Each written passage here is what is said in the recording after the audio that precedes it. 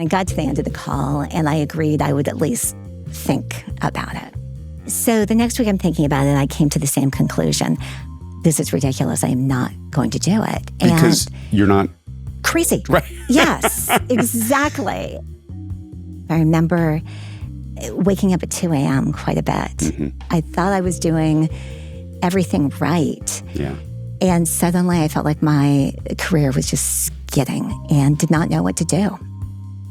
How do we make it faster? How do we make it more efficient? How do we get rid of any of the bottlenecks? Mm-hmm. It's very hard to scale if you have a rickety platform. You really have to invest in having the right systems, the right processes in place. If you've got those, you can scale very, very quickly. This is Masters of Scale. I'm Jeff Berman, your host. This week on the show, we're talking with Amy Weaver. As someone who's had a pretty nonlinear career myself, after all, it is not every former public defender who goes on to work at places like MySpace and the NFL and lead companies and host a podcast like Masters of Scale. I'm always drawn to others who've charted unconventional paths, and Amy's story is truly an extraordinary one. We reveal how Amy, a lawyer by training, zigzagged her way into the job of Chief Financial Officer at Salesforce. We also dig into the latest challenge she's taken on.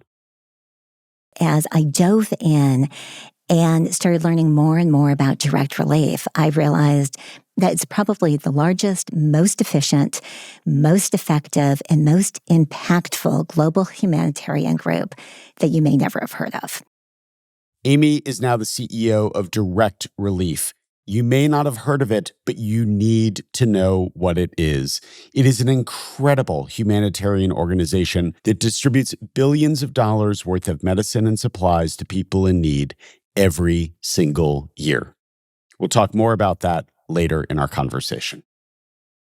Amy, welcome to Masters of Scale. Thank you, Jeff. I'm really excited to be here. I'm thrilled you are here. We have so much to talk about. You come from a family of lawyers. Being a lawyer almost seemed preordained. Mm-hmm. How did you end up as a lawyer, and where did your legal career start? So when you say I come from a family of lawyers, that's not an overstatement. I think we stopped counting after we hit, 12, 15 in the extended family. My grandfather served on the Washington State Supreme Court. He had 4 children. All 4, including my father, became lawyers. I'm the oldest grandchild.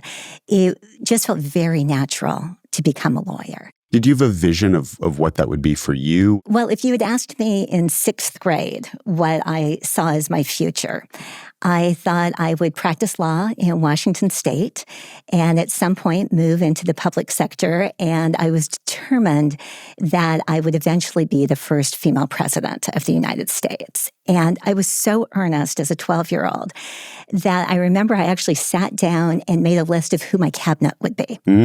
And I remember very distinctly that one of my best friends at that time, I decided she just wasn't there for vice president. Oh. And I gave her Secretary of Interior. And I remember she kind of I broke the news to her and she went skipping off. And when she went skipping off, I thought, I knew she didn't have she wasn't vice presidential material. What I didn't anticipate is that my career would take me to Salesforce, to being a CFO, and then now to being CEO of Direct Relief. Amy's first step away from the traditional law career she'd always imagined happened because of her love of travel.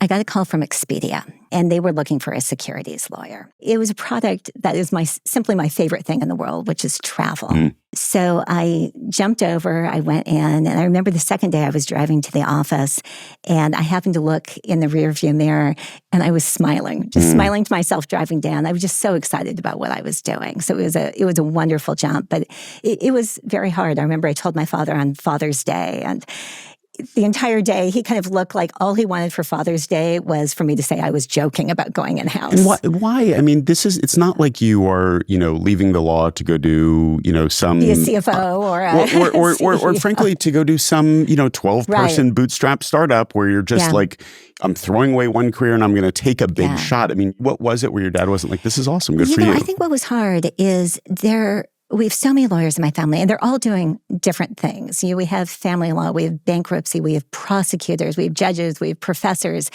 but they're all very strictly within the law. They really view law in the most lofty terms. Yeah. There's something beautiful about it and about the profession. And I think he wanted to make sure I was still going to be part of that. And I'll tell you, many years later, I still feel like I'm part of that. I don't think I'll ever not identify as a lawyer. Yeah, I very much understand that feeling. So you were Expedia for how long? 5.5 years. Worked for a terrific general counsel, but I recognized I'd gotten very comfortable in that second seat. Mm-hmm. And I really realized I need to push myself and find that number one chair and see if I could do that. Where did you find that number one chair? It was a company called Univar. It was a 100-year-old Northwest company, and I was very committed to being in Washington State. So jumped and went over, loved being in the number one seat. But within 1 year, CEO who had recruited me left. Mm-hmm. And the new CEO decided to move the company to Illinois. I remember waking up at 2 a.m. quite a bit and just feeling like I'd really done the research. I thought about this. I thought I was doing everything right. Yeah. And suddenly I felt like my career was just skidding and did not know what to do. Can we just pause for a second? Because I think this is an experience that so many of us feel. Yes. We have these moments where we're waking up at 2 a.m. and going, I made a wrong turn. Yes. Like, I just know it. I feel it in my body. I'm churning on it. Mm-hmm.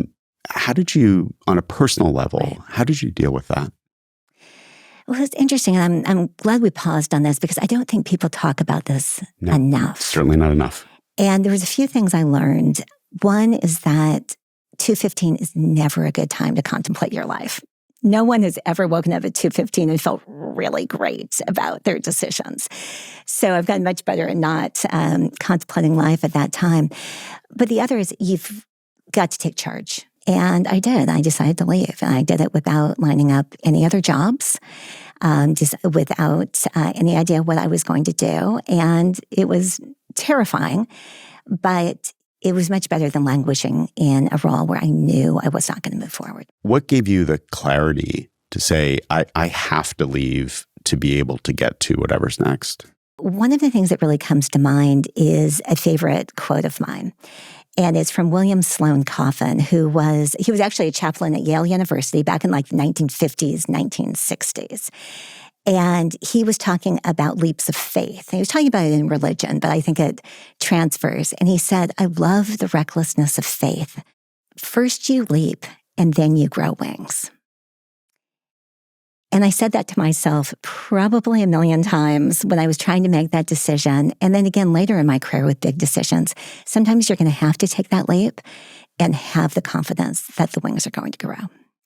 Well, I love that for so many reasons, not least of which because, Reid Hoffman talks all the time about how entrepreneurship is jumping off of a cliff and building the airplane on the way down. Yes. And so there is that belief that you're going to grow the wings no matter what. How long did it take to grow the next set of wings? Not long, because Salesforce came calling very quickly. And I got a call 2 months later after swearing I was going to take 4 months off without doing anything, asking me to consider being general counsel. How did they identify you as their next general counsel? So actually, they had a chief legal officer. So the general counsel was one step below, and it was a man named Burke Norden, and I'd worked for him at Expedia.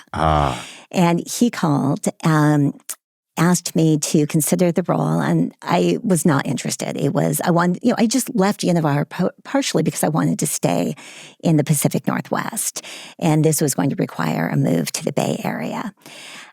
Also, my kids had just started school, like literally that week. It just wasn't going to happen. And Salesforce is persistent. So a couple of weeks later, I finally agreed I would fly down. My husband and I flew down, and so I'll spend a day there. Came back to the hotel that night, and Jeff asked me, how was it? And I said, horrible. And he said, why? And I said, I think we're going to have to move. Oh. And I had just gone there, and I had never seen a company with the potential that I saw at Salesforce. I mean, every executive I met was extraordinary. Everyone was talking about growth and where they were going to take it. And they also had this incredible thing called the 1-1-1 program. And this was this new basis at Salesforce where they put aside 1% of their pre-IPO equity, 1% of employee time, 1% of their product, all for good causes. And over the time I was there, almost everyone I knew who joined Salesforce, that played a role in why they joined. Yeah. So you had this remarkable group of people who wanted to grow, who wanted to develop this new area of software and wanted to do it in a good way. And within a couple of months, we had packed up, done a mid-school year move, and come down to California. Hey, one of the, just on the 1-1-1 program, I love hearing that was such a critical part of recruiting at Salesforce. Huge. But I think the other thing that's really important about the 1-1-1 is starting small. So Mark and Parker like to joke that when they adopted it was remember, it was the 1% equity, 1% employee hours, 1% product. Well, the equity was worthless. They had 4 employees and they had no product. But if you look at where they are 26 years later, it's hundreds of millions of dollars that have gone out, millions of employee hours, and something like 70,000 nonprofits running on the Salesforce system. That's what you do, and that's how you scale good works over time. You start small, but you keep at it. While you were there, Salesforce was you're really at the front of gender pay equity. Could you tell us a little bit about how those decisions were made internally and the tie between the values and those very public efforts? I'm trying to remember, it was 2015, 2016. There were 2 women, Cindy Robbins and Layla Sega, and they went to Mark and said, great company, great values, and we don't know for sure, but we think anecdotally there may be a gender pay gap. And I think Mark's reaction was, of course we don't have a problem. We're great people. We do good things. We don't pay women less. And, nothing came of this meeting initially. 3 weeks later, Mark went on an interview live and said, we would be investigating whether we had a gender pay discrepancy. We would publish anything we found, and we would fix it. Wow. And I'll tell you, at that point, I was general counsel, and half of me as a woman was so excited about what we were doing. As general counsel, I remember thinking, I'm not so sure this is a good idea. Like we had no idea what we were going to find and no idea what the scale was going to be in terms of trying to fix it. Right. We're trained as lawyers not to ask a question we don't already know the answer to. Yeah, exactly. It was like, how about a little digging in behind the scenes before we jump in? But, it showed a few things. First, huge credit to Cindy and Layla for raising this. But Mark really makes his decisions on where to go on that. And once he makes a decision, we are lined up and we're going to make it happen. So we did dive in. We did a very deep study and we found out, no surprise really at the end, that there was a discrepancy. And we fixed it. But one of the things we learned in that is that you can't do that once. So we ran the study again the next year. And sure enough, we also found a gap. So we had to look at what was causing that. How is this repeating? And they've continued to do it every year. But I also think this really goes to something about gender pay and your expectations at the workforce. When people first started talking about the differences in gender pay, what I heard a lot was, look, it's because women don't ask for more pay. I mean, Bobby's in my office every week demanding more. And I always hated that argument. I mean, first, as a manager, the last thing I wanted were more Bobbies coming in my office and demanding more pay. Right. But second, you're putting the pressure on the person who has the least amount of information. So if Julie on your team thinks she might be underpaid, she doesn't know what anyone else is being paid. And it's her job to fix it. It's just the wrong approach. What you need is that the company that has the information needs to be using their data. They need to see what's going on and they need to fix it. And I think you can use that analogy for so much about what is going on in the workplace. Yeah, and that is both leading nationally, globally as a company that has innovation as one of its core values and, showing a way, it's also doing what's right for your team. Yes. Right. And frankly, to your point, for your leadership, for your managers who don't want people in their office every week, right? You're incentivizing the wrong behavior. So let's go back to your Salesforce journey, because you're now, the top lawyer at one of the top companies in America. You could have a wonderful and linear path from there. Definitely not done the linear path. No. So I mean, and it's one thing for, a general counsel or chief legal officer to jump to an operating role, right?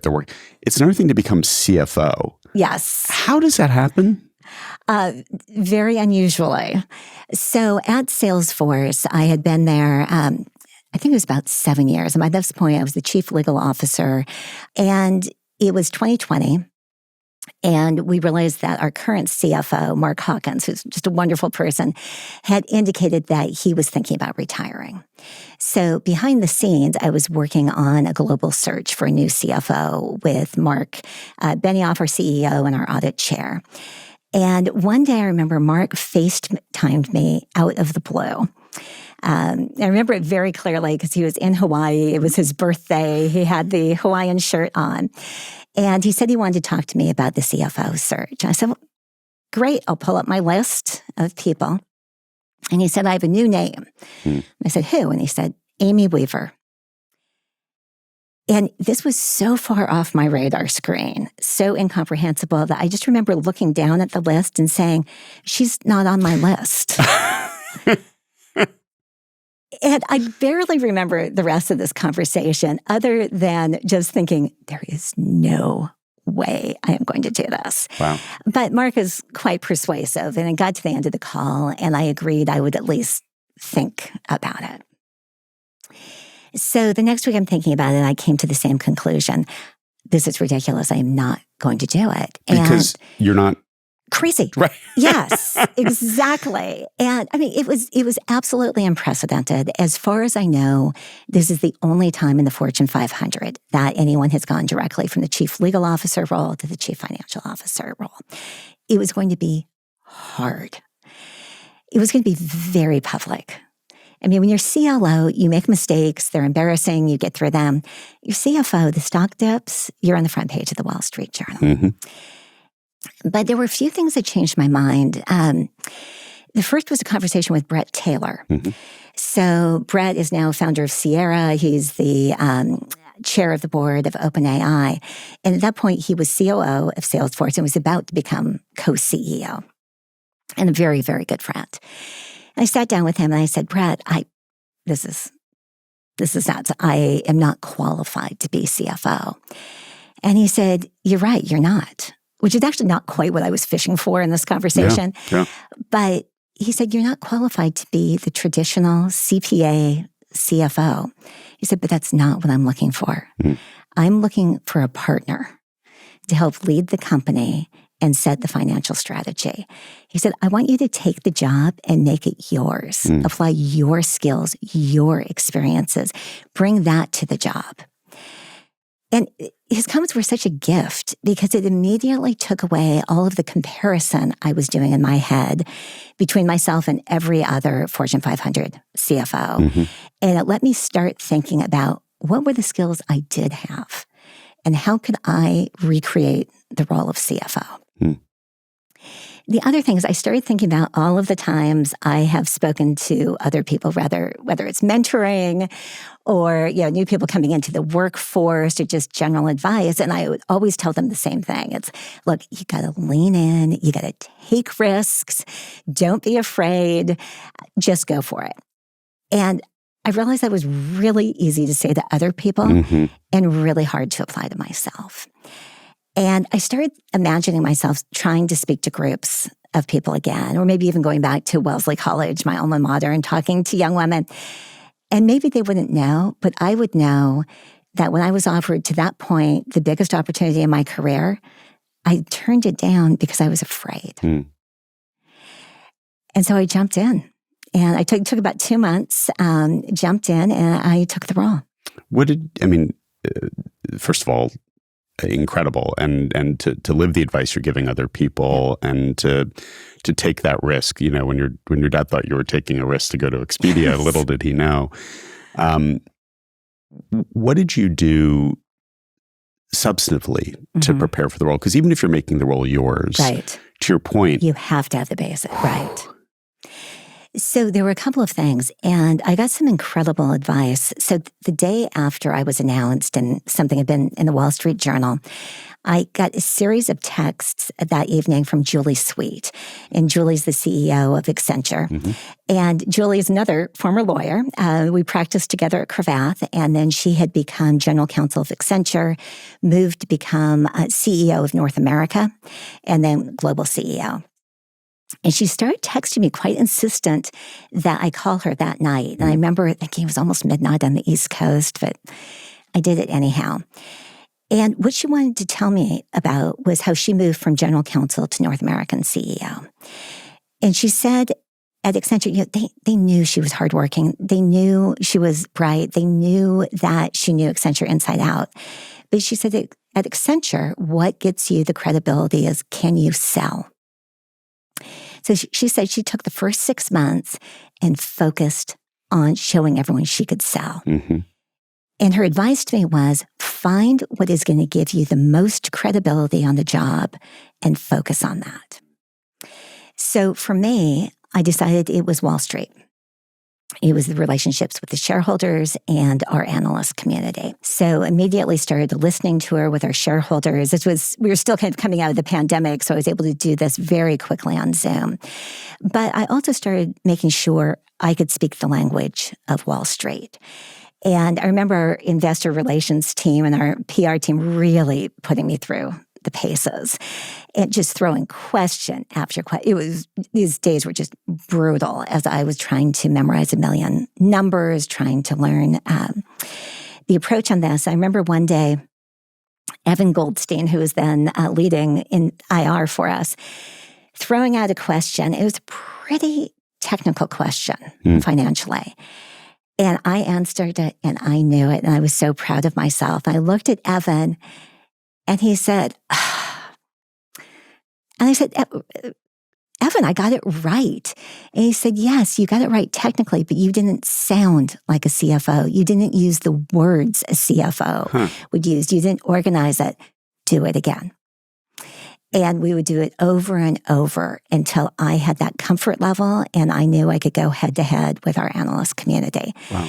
And not only was Julie's advice just game-changing for me in terms of credibility, but investor relations and working with the analysts and working with our shareholders actually turned out to be one of my favorite things about the job. Well, and it's a great reminder that getting the substance right is only part of it. Yes. And having truth tellers on your team. Yeah. Who, because I'm guessing Evan was reporting into you. He was, and he did not shy away from giving me that feedback. And which really is a big deal, because you could Yes. imagine a lot of people would be like, new boss, like not sure I want to say this. So remarkable.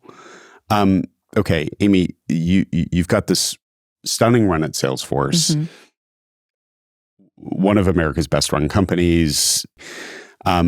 You made another leap in this next phase of your career. So tell us about going to direct relief. I did.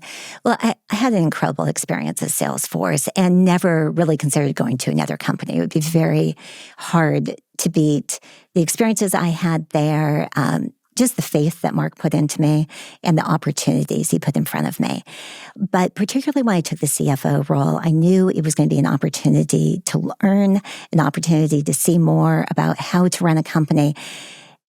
But I really wanted to take those experiences and use them in a different way. So I announced that I would step down from the CFO role and help a search for my replacement. And really thinking I would take some time away and then look for either public sector or nonprofit work. So within a couple of months, an email came in through LinkedIn, cold call, about a global CEO role at an organization I had never heard of. And I came this close to deleting the email. And I'm so glad I didn't, because as I dove in and started learning more and more about direct relief, I realized that it's probably the largest, most efficient, most effective, and most impactful global humanitarian group that you may never have heard of. And the mission of direct relief is to provide medical aid to people who are impacted by poverty, by disasters, by civil conflict around the world, anyone who's in need. And that is in 92 countries last year, all 50 states, 4 territories. We provided nearly $2 billion of medical aid. Mm-hmm. And when I really think about what direct relief does and what our mission is, it comes back to something I heard John Green say on Masters of Scale a few months ago. So John, of course, is young adult fiction author, known for things like The Fault in Our Stars. But he became really, I think he'd be okay with the word obsessed with tuberculosis and wrote the book, Everything is Tuberculosis. Yeah. And you asked him, how is it possible that a disease that was generally curable in the 1950s is still ravaging parts of this world? And John said very simply, it's because the cure is where the disease is not, and the disease is where the cure is not. And at Direct Relief, our mission is to get the cure to the disease. Profound. It's one thing to say I want to be part of it. At the phase of career where you are, you could join the board, you could help them raise money, you could become a global ambassador for them. There are all sorts of things. Becoming CEO is another thing. What did you see as the opportunity to take the experience that you've had and apply it and 2, 5, 10x the impact around the world? Right. So the move to Direct Relief from being a corporate CFO can look very sudden. It looks like a very sudden, sharp left turn, but it felt actually like a very natural progression. Throughout my career, throughout my life, I have been very involved in volunteering, in working with ways to structure and strengthen nonprofits. For the last 5.5 years, I served on the board of Habitat for Humanity International, traveling to Poland, to Kenya, to Puerto Rico, around the country, really to support their efforts and their mission. So the opportunity to go to Direct Relief actually to me felt very natural. It felt like the chance to take everything I learned in the past and apply it in a new way, and to give all of my best efforts, all of the things I had learned, and to focus it on one organization. And Direct Relief is absolutely that organization. I mean, I can only imagine the scale of operation required for this. How does it work? So we work mostly with pharmaceutical and biotech companies where we either procure the medications or they are donated to us. And then we handle all of the logistics through to a network of partners that we have all over the world and in the United States. So we are kind of that middle process, the supply chain between those. And they're really different programs. First, we have some structured programs where we work with organizations. For example, Eli Lilly has a wonderful program called Life for a Child. And they are providing insulin, working with us in countries around the world, serving 60,000 children with juvenile diabetes, and with plans to scale that to 150,000 by 2030. Another great project is Global Hope out of Texas Children's Hospital that brings together Direct Relief and Teva Pharmaceuticals to fight childhood cancer in Africa. So very structured programs. We also take excess inventory. So in situations where a pharmaceutical company may have overproduced or for some other reason have medicine that would otherwise not be used, they will donate it to us. We will find the right place in the world to get that to as quickly as possible. We also respond to emergencies. So whether that is a tornado or a war. In fact, Ukraine has been a huge focus for the last 3 years, and we just passed $1.8 billion in medical aid over the last 3 years to Ukraine. And then we also do something called kitting. Now, that's putting together kits that can be used ahead of time. So what that would mean for disasters is we have hurricane preparedness kits.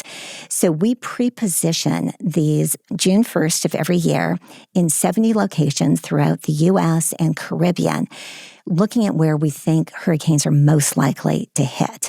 And the kits have about 3 days of medical supplies, hypertension medications, insulin, anything you may need during that time period. And that the 3 days is important because that's about how long it may take FEMA to get there or for us to get there, the American Red Cross to get there. And then if those kits aren't used, if a hurricane does not hit, on November 1st, the clinic can open them up and use them for community purposes. It's so smart. How do you take what you learned about scaling, particularly at Salesforce, and apply it to what you're doing now? I think there's a couple of things. First, it's very hard to scale if you have a rickety platform. You really have to invest in having the right systems, the right processes in place. If you've got those, you can scale very, very quickly. So coming in, as you can imagine, very interested in the technology, what we were doing for data, what we could do with artificial intelligence, but also just the end-to-end processes. How do we, from the first call from a pharmaceutical company to the time something arrives on the ground in Uganda, how do we look at that process? How do we make it faster? How do we make it more efficient? How do we get rid of any of the bottlenecks? So I think having strong platforms and optimizing for speed are two of the most important areas. Amy, what about change management? Because you're coming in not just as a lawyer and a CFO, but with Salesforce DNA. I mean, this is a hard-charging, fast-moving, innovative company. How are you managing the scaling, the growth, the change that you want to bring to Direct Relief, and bringing your team along, bringing in new people? How are you doing it? So it's all of those things you said. And then I'm also following a CEO who was there for 24 years. Thomas Teig, also another former lawyer who worked for the Peace Corps and has an incredible legacy with Direct Relief. But needing to come in, really make this my own and gain that trust, looking to another number of things I've learned in the past. One, I went back to Julie's words about what gains credibility. And I realized it was going to be very different joining Direct Relief. It wasn't going to be dazzling them with my knowledge of GAAP. It was going to be listening. Because I'm working with a group of people who are there every day because they care so much about the mission. And doing anything that might change that mission or change the focus on the people we serve is really scary. So I came in determined to listen. And that meeting with almost every single employee at the organization, meeting with our board of directors, each one individually, and then getting out into the field to meet our partners. So traveling down to the Santa Barbara Neighborhood Clinic to see what the needs were locally, traveling to Uganda and Ghana and being on the ground, all of that has been incredibly important in terms of gaining, I think, the trust and the credibility with the team.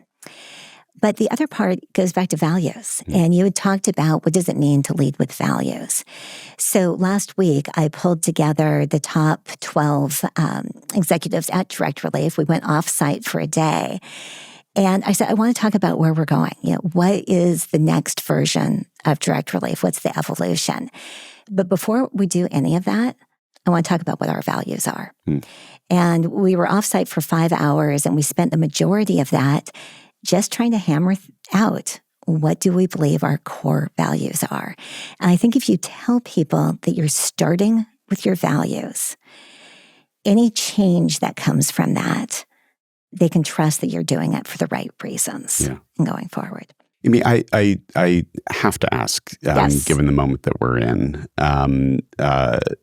I understand you don't rely on government dollars. We have never taken a dime of government funding. Which helps. But we're in a moment where healthcare is politicized.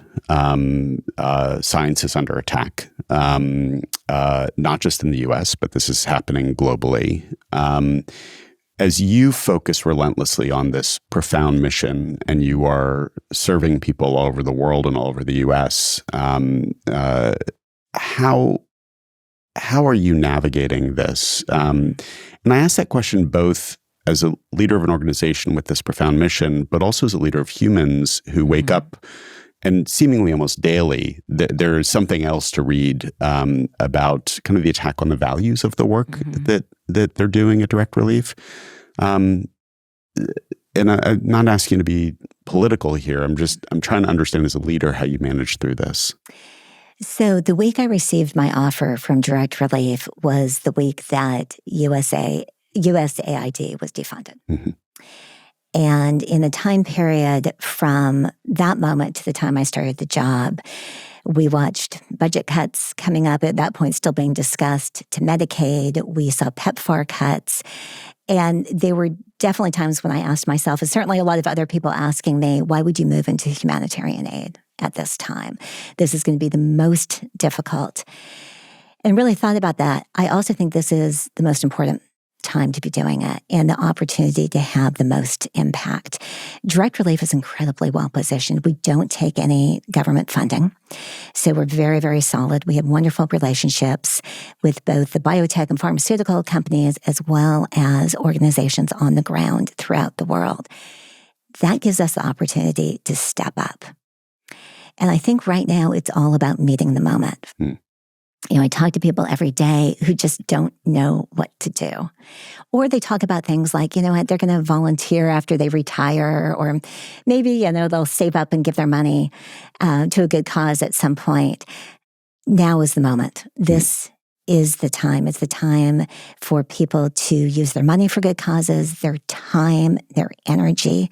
And for Direct Relief, that means stepping up to where we see the need. And I'm seeing it both in the U.S. and abroad.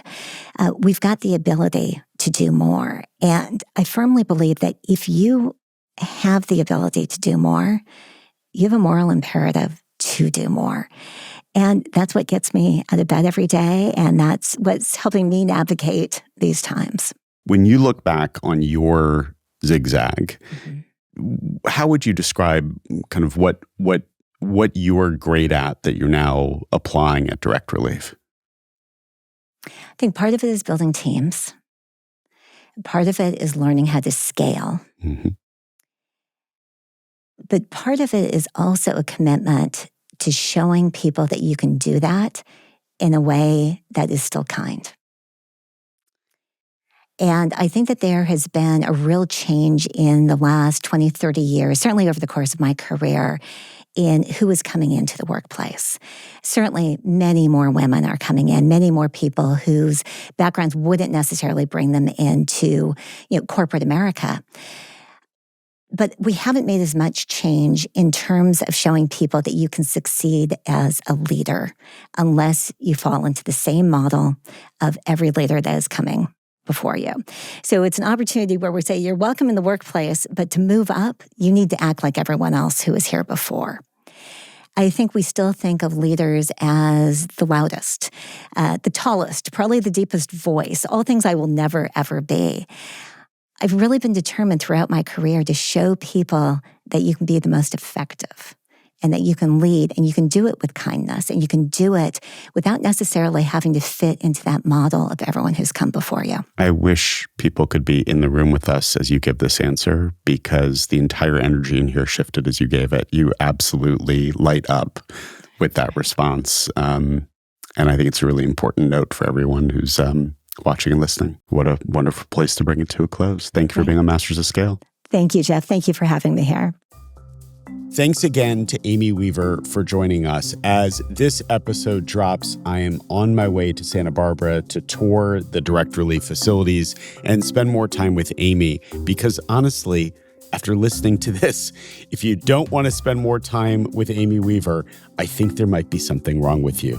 Seeing how Amy is translating all the scale lessons she's learned in her career to supercharge Direct Relief's humanitarian work is deeply inspiring. To learn more about Direct Relief, check out the link in the show notes. I'm Jeff Berman. Thank you for listening.